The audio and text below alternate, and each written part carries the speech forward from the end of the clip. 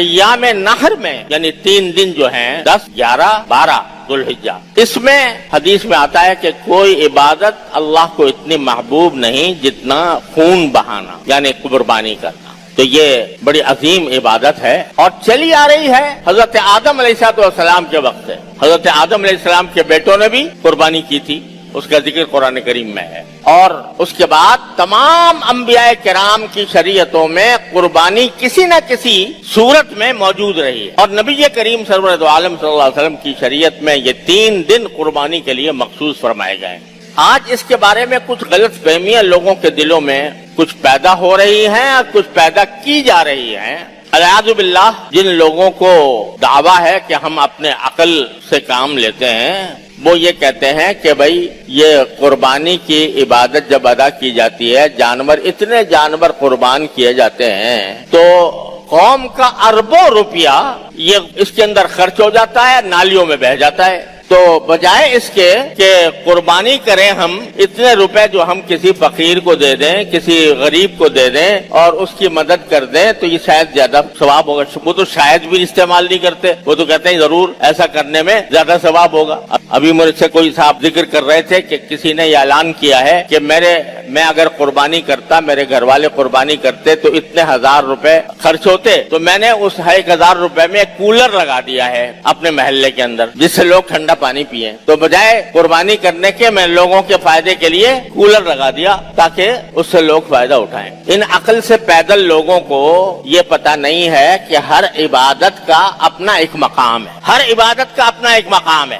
نماز، کوئی شخص کہے کہ بھئی نماز میں میرے 15 منٹ خرچ ہوتے ہیں تو یہ 15 منٹ میں جا کے مریضوں کی عیادت کر لیا کروں گا بجائے نماز پڑھنے کے، مریضوں کی تیمارداری کر لیا کروں گا تو فائدہ ہوگا. تو یہ حماقت ہوگی نہیں ہوگی کہ آدمی وہ جو کام جس وقت میرے مولا نے فرض کیا ہے اس کو ادا کرنا یہی بندگی ہے. اور قربانی کا فلسفہ ہی یہ ہے، قربانی کا سارا فلسفہ ہی یہ ہے کہ آدمی اللہ تبارک و تعالیٰ کے حکم کے آگے سر جھکا کر اپنے سارے مفادات کو قربان کر دے. جو قربانی کس کی یاد میں ہو رہی ہے بھائی؟ سب مسلمان جانتے ہیں کس کی یاد میں، حضرت ابراہیم علیہ السلام اور حضرت اسماعیل علیہ السلام. اب اچانک ابراہیم علیہ السلام کو حکم آ جاتا ہے کہ اپنے پیارے چہیتے بیٹے کو قربان کر دو، ذبح کر دو. پلٹ کے ابراہیم علیہ السلام نے یہ نہیں پوچھا یا اللہ میاں یہ میرے بیٹے نے کیا قصور کیا ہے، نابالغ بچہ ہے. نابالغ بچہ جو ہوتا ہے وہ تو جہاد کی حالت میں بھی، جنگ کی حالت میں بھی اس کو مارنا جائز نہیں ہے. اور یہ نہ جنگ کی حالت ہے نہ کچھ ہے، نہ اس نے کوئی گناہ کیا ہے، یہ معصوم بچہ ہے، کیوں قربان کروں اس کو؟ اللہ تعالیٰ سے پلٹ کے نہیں پوچھا. بیٹے سے کہا کہ بیٹا میں تمہیں خواب میں دیکھ رہا ہوں کہ میں تمہیں ذبح کر رہا ہوں. بیٹے کو بتایا کہ انبیاء کا خواب بھی وہی ہوتا ہے. تو اس سے پوچھا بتاؤ تمہاری کیا رائے ہے، فانظر ماذا ترى. تو بیٹا بھی اگرچہ نابالغ تھا لیکن وہ بیٹا تھا جس کے صلب سے رحمت العالمین صلی اللہ علیہ وسلم تشریف لانے والے تھے. اس نے بھی پلٹ کر یہ نہیں کہا ابا جان مجھ سے کیا قصور ہوا، مجھ سے کیا غلطی ہوئی جس کی وجہ سے مجھے قتل کیا جا رہا ہے. جواب میں کیا بولا؟ جواب میں کہا کہ افعل ما تؤمر یا ابت افعل ما تؤمر. ابا جان جس بات کا آپ کو حکم دیا گیا ہے وہ کر گزریے اور میری فکر نہ کیجیے. ستجدونی انشاءاللہ من الصابرین، آپ مجھے انشاءاللہ صبر کرنے والوں میں پائیں گے. یہ ہے نا یادگار قربانی کی. تو اس سے آپ بتاؤ کہ یہ جو حکم تھا کہ میں اپنے بیٹے کو قربان کر دو، اس کو عقل کی کسی ترازو میں تول کے دیکھ لو،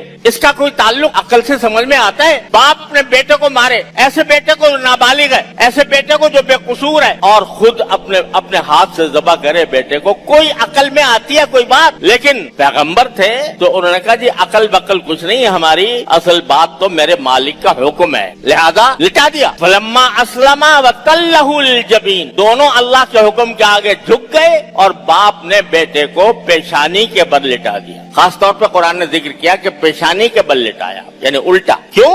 تاکہ میں باپ ہوں، کہیں جب چھری چلاؤں اس کے اوپر اس کا معصوم چہرہ میرے سامنے آئے تو کہیں میری چھری رک نہ جائے، تو الٹا لٹایا.